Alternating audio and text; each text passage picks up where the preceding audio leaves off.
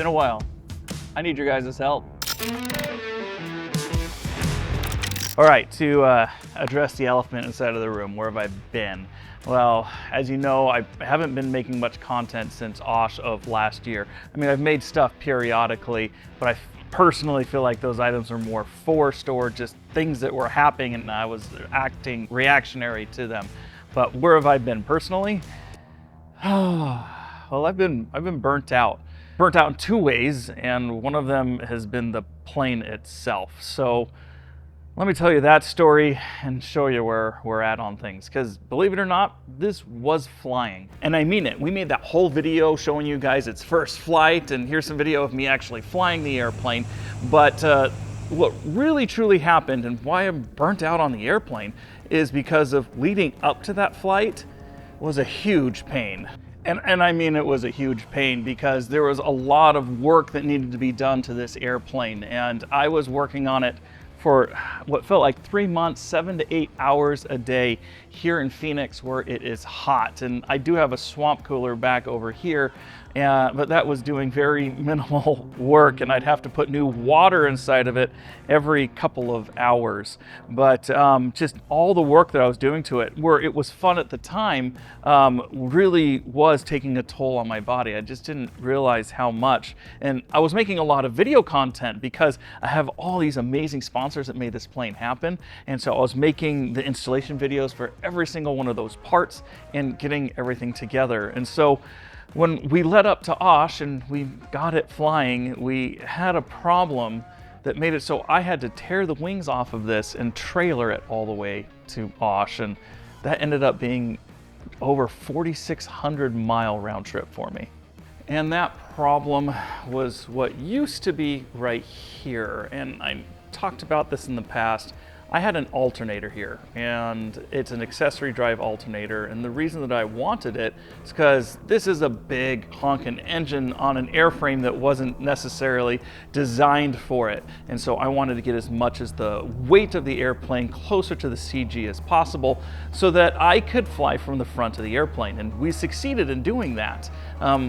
But that alternator had a fatal flaw, and this is that fatal flaw. This is a shear gear, and you can see it's busted in half. Yes, it's supposed to be together, but what happens is if there's a problem with the engine or the alternator, this is designed to shear instead of causing damage to the alternator or the gears inside of the engine itself. And so this sheared for no good reason.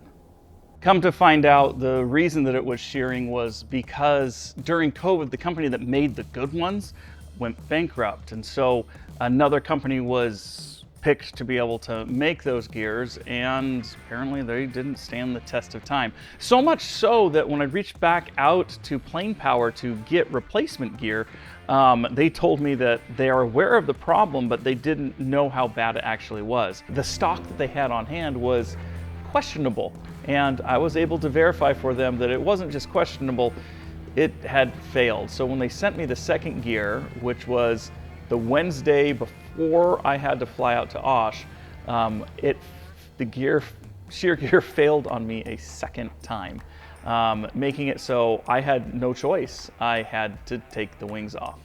That ended up being a lot of work for me. I actually flew my dad out that evening, and he helped me get the airplane washed and put on a trailer. I don't have terribly too many pictures or videos from that drive because it was this like rush and get it done type of moment. I didn't have a lot of time to make things happen. But we made it to OSH. The airplane was on display at the Warp Drive propeller booth, and I'm still very happy with this propeller. But OSH was great. But after being there for a couple of days and realizing my plane had to be there for even longer, I just even got more tired, and the exhaustion from all of the work, everything that I had done leading up to that moment finally set in. And I remember sitting there realizing I have to stay here till Sunday now, and this is like Thursday. I have to stay here all the way till Sunday, and then I can take the airplane down and take the airplane home. And that was just such a daunting task for me, but still did it. And when I got home, I took the trailer with the plane on it, I backed it into the hangar, shut the hangar door, turned off the lights, and walked away. With that, the plane sat for 3 weeks. And at that point I was like, I need to sell the trailer because, no, I didn't tell you that. Like, I couldn't even find one to rent. It was happening so quickly. I went and bought a trailer and put it on it. So I'm like, I need my money back from this trailer. So I took the airplane off, put the trailer up for sale, and literally sold it within a couple of hours. And that situation was actually good because I rented a trailer for 3 weeks for $600. So I counted that as a win because it was a win. And that leads us back to here. The airplane sat for months. I didn't want to have anything to do with the plane. So burnt out on fixing the plane, just getting it ready to fly, to tear it apart, and to have it in a non-flying state again. Guys, I was burnt out on fixing the airplane. Not only that, I was also burnt out on making videos because of all the content that I was creating up until that point, and then all the things that I was doing to the airplane that I didn't make content on purely because making the content at that moment would have taken more time, and I was trying to get this ready to fly to Osh. So I looked at that once I came home and I'm like, should I be making videos and all this? Should I just get it done? And literally I just got burnt out and didn't come back to the airport. And so that's the second type of burnout that I had, was I didn't want to make any more YouTube content at that time on the Red Rocket specifically, because that meant coming and working on the airplane to get things done. And that doesn't mean that I didn't do anything. There are some changes to the airplane that I made. I'll show you those in just a little bit. But things to improve the airplane since I had it apart again. But this went on for quite a while, and I want to say that I really didn't get excited about fixing the airplane again until late February, early March. And I had done a handful of things on that. So you know what? Let's go ahead and get into the state of the airplane and where we're going next with it. And I'm going to start with that all the way out here, because the astute among you will realize this isn't the hangar that I was in a couple of months ago. So I made a whole video on moving to the south side. I was very happy to finally get my own hangar, but I didn't want to be on the south side for very long. I waited 30 days, got my name on the transfer list, and less than 30 days after that, they're like, hey, you can move to the north side, and you have 5 days to do it. I had to pack everything up and move again. Very happy about it this time, but there's something funny about that. What's funny is this is the old hangar that I used to be in, just south facing on the other side right over here. So I was in 3414, and now I'm in 33-14. So I'm still on the end, and I didn't know how I was going to feel about that. I just really wanted to be back up here on the north side again. But this hangar is substantially better than the one that I was in before. The seals that are all along it, all around, actually seal, which means I'm not getting the dust on the floor that I was getting inside of the other hangar. And I am very happy about, that all by itself. But so north side on the end here, I love being on the end. And now that I have a hangar door that actually seals, I'm in a great space. So happy to be here, and been hanging out with all my friends again. And maybe that's part of the reason why I haven't been working on the plane as much. So first thing, these struts looked terrible. The paint was all coming off of them, and I wanted to make them look brand new. But because I decided to make the landing gear all black, I went ahead and painted these all black as well. And you know what? It turned out, if you look inside of the interior, it's red and black and white. And so those are the three main colors that we've got on this plane. So I felt like that looked really nice. It goes good with the Acme arrow that's up over here, and it just looked clean to me. So much that all the way back there, I also painted those struts black, and it just turned out. Now, Things that I have fixed. The whole alternator issue is now fixed because Plane Power, recognizing the issue, and believe it or not, they discontinued the product back there, but they are making new shear gears for long-term support of the product that's already out there. But they're like, hey, we're not messing around anymore. Here is a front mount alternator. I had to modify my baffling, and I still haven't gotten this all put back together from that. But one of the things I want to do before I button all this up is respray all through here, make all of this black, and get this black cleaned up and sprayed once again. So that is a big improvement.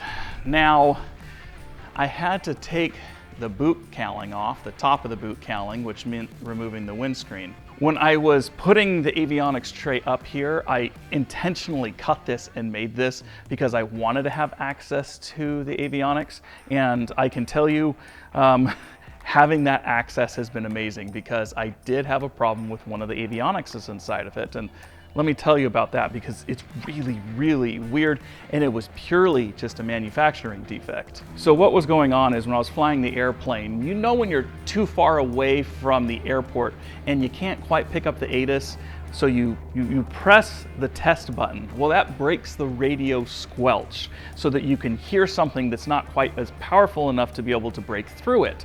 And so while I was flying, that radio squelch was breaking all the time. So what that ended up being was this guy right here. Now that is my all the things backup from Aircraft Automation, and it is a fantastic piece of equipment. But what was going on is something inside of the plug back over here was grounding to the unit, but only when the harness was plugged in. Again, it was a manufacturing defect. It was nothing on their part. And I was able to trace this down to the point where I had an extra harness that was plugged into absolutely nothing at all. And I took that unit out of the panel and I was holding it and I plugged it in and it broke the radio squelch. I had a headset on with the other avionics on. So sent that back, they sent me a warranty one, and this one works absolutely fantastic. So no more problems with that, which means all my avionics are sorted out so I can finally put this back together. But I found another problem. Now, I talk to myself all the time about this, and it's like, well, why didn't I see this or repair this while I was working on the plane before? And you know what? I don't know. But what had happened, and you can't see it here anymore because I did the repair, but you can see it right here. You see this crack? You can actually see right through it. And what had happened is the firewall used to sit up along top right here, and over time it just fatigued and cut it. So what I ended up having to do was creating a new bracket back behind it to be able to reinforce it. I riveted it in here, and along here there are screws that are going to hold it in, and I bonded it with a metal bonding adhesive and then flooded behind it and through here with that metal bonding adhesive to try to keep this from developing and getting worse. And that's the exact same thing I'm going to have to do over on this side. Here's the bracket that I made for it. So that will go back under here like that, and then we just put the adhesive on, the more rivets, and this is all ready to go. I just ran out of that bonding adhesive. But once this is done, it can go back on the airplane and we can reassemble it. Oh, and I've been starting to get this thing ready for paint. And if you're wondering what this is where the old fuel tank filler neck came out. And I hate to say this, but wait, there's more. Bringing this home from Osh, I had removed this aileron that was right here, and I made these little stands. They're stacked on top of each other, and that went over the wing so that the other wing had a flat surface to be able to mount to, so that the wings weren't setting on top of each other like they were on the way there. Because I did damage the wing and I had to do a repair to that. But while I was putting the aileron back together, I was taking a look at the turnbuckle here and these eyes and stuff, and once you remove this wire, they are very, very bad. They are rusting. Oh, that one kind of looks like it's slightly bent as well, which is why I am replacing these. But in order to replace them, you have to put this on when you make the wire. And I know people have cut these and put new ones on, but this wire is also worse for wear, and I've decided to make all new control cables for this. And that is what all of this stuff right here is. Yay for making a mess. So you are probably asking, why don't you just buy new ones? Well, the reason is this is a clip wing cub. Even if I spent, what was it, $250 per cable, and I need 4 of them, 2 for each side, I would still have to cut and modify those cables because they cut and modified these wings. So $250, that's over $1,000 in control cables, and I can make the control cables. That's right, all of this stuff right here I got for $200. So for less than the cost of one cable, I can make all of my own. And again, I would have had to, if I bought the new ones, I would have had to modify them anyway. So that just makes sense. And there's even more.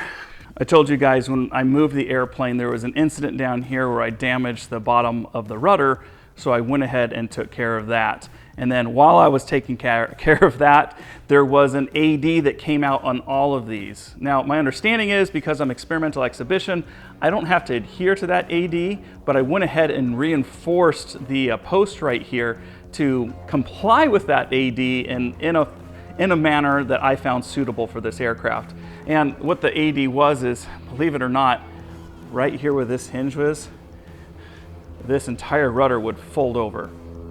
They had 2 incidences of this happening up inside of Alaska, mostly with high horsepowered cubs, like Super Cubs or Carbon Cubs and things like that. And I realized I am a high horsepower Cub that's on an airframe from 1939, and I should probably do something about it. So we did, because it was already off, and I am happy with the repair, and it'll make this airplane, you know, I'm trying to do things to make the airplane better. So while I was back there, I replaced every piece of hardware at the same time, and I've been replacing nuts and bolts all over the airplane, just making everything that much better so that in my mind, the airplane is safer and I'm not gonna have any problems with it. So that is the current state of the Red Rocket. And I would say there's a couple more things that I'm gonna do to it, but that is basically everything that we've done and what we have left. To be able to get this back inside of the air again. So I want to say that's a couple weeks out from today, because guys, I'm ready to go have fun in this. I'm ready to go on flights, take you with me, because I didn't give you a really good first flight experience, the one that I really wanted to give you guys, because I set up a camera, and then as I was flying the plane, first time for me, I was task saturated. I was nervous. You know, I'm flying a tail dragger for the first time by myself, and it's just, there was a lot that was going on. And so I couldn't give you the experience and tell you what was going on in my head, and I really want to do that. And believe it or not, I never even left the airport's traffic pattern when I was flying it before. It only had ever done circuits. So I'm excited to take you with me, go on some adventures, and do some cool things. But there's a couple of other things that are going on the channel that I wanted to talk to you guys about, but I'm going to go over here and do that, because I have notes, because they're kind of important. Yes, I have a computer in here. It's fantastic for looking up parts and different things, and much better than being on an iPhone. So this is where I need your guys' help, is I don't know what direction to take the channel anymore. When I started it, the whole idea behind it was to inspire new pilots and help them along the way. Sharing aviation is what I say at the end of every video, because that helps fit that goal. So when I started out, I was trying to help with the topics and thoughts and ideas that I was struggling with, like talking to air traffic control, or finding quality answers to questions like how much does it cost, how long is training going to take, and those types of things. And they performed really well, but I was only capturing the student pilot community. And as people progress, I mean, there's been a nice flow of people coming in and people leaving and unsubscribing from the channel. And that's where the Red Rocket came in. I wanted to be able to create content that spanned more than just the student pilot phase. I wanted to span the exciting phase of building something and having fun, and then going and flying and doing new things. Again, that is coming, so stay tuned for that. But moving forward, I'm not sure what direction to go.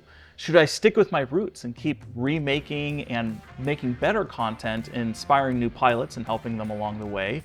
Or should I change the direction of the channel and make it more, I would say, work with the name that it has, which is Fly with the Guys, and where you guys follow me, my friends, and my wife and family going on flights and doing things, adventuring basically inside of an airplane. And so Yeah, let me know down in the comments. So should we keep going the direction we're going, or should we go back to our roots, or should we go a new direction, or should we do a mixture of both? Now, with that, there's some other news about the channel. I haven't really talked to you guys about this yet.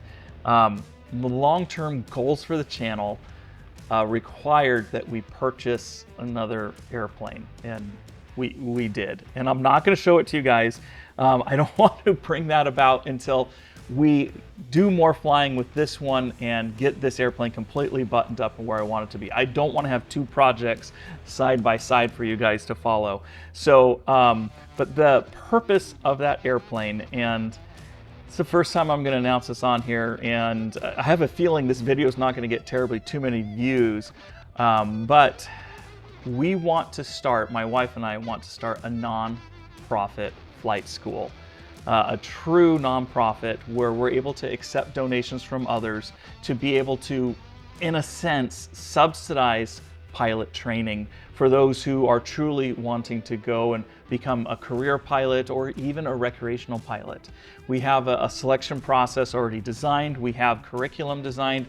We have everything set up. We just have to pull the trigger on setting up the true 501c3 with the federal government. Believe it or not, we already have our designation in Arizona.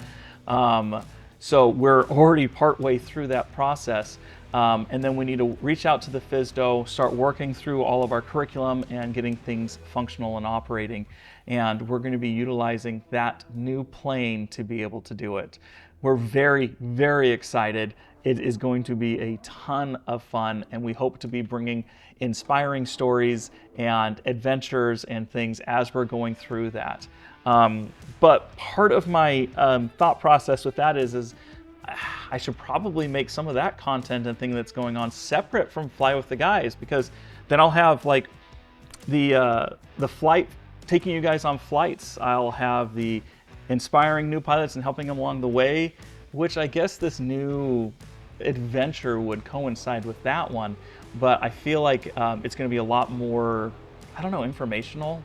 I don't know. So I really want your guys' opinion on that. Should I separate these things, create another channel to be able to move through those things? Because we have a lot of goals. We're progressing and just changing a lot over here. So we want to make sure that you guys come along. We want you to be in the right place, but understand what content that you're getting. So please let me know down inside of the comments what direction you think we should go with all of that. I mean, we're doing the flight school regardless. We've actually already got the name for it, and it's called Empower Flight. So we'll make more announcements on that, how it's going to roll out and what we're going to do later on. But it's definitely an exciting time for us. And gosh, I've been sitting here talking head for over 5 minutes, so my apologies. Now, whether you guys get to see all 5 minutes of that, I don't know, but that's going to be it for this video. It's been tons of fun catching you guys up on what's going on. I'm a lot more candid, and the excitement of what's going on. Again, inside of me, after all of that burnout, I truly am excited to fly, to work, and to dig back into aviation. And in fact, the last couple of weeks I've spent almost every single day out here. That's been helping me quite a bit. So anyways, guys, thanks for following, thanks for watching, and as always, share aviation wherever you can, and we'll see you in the next one.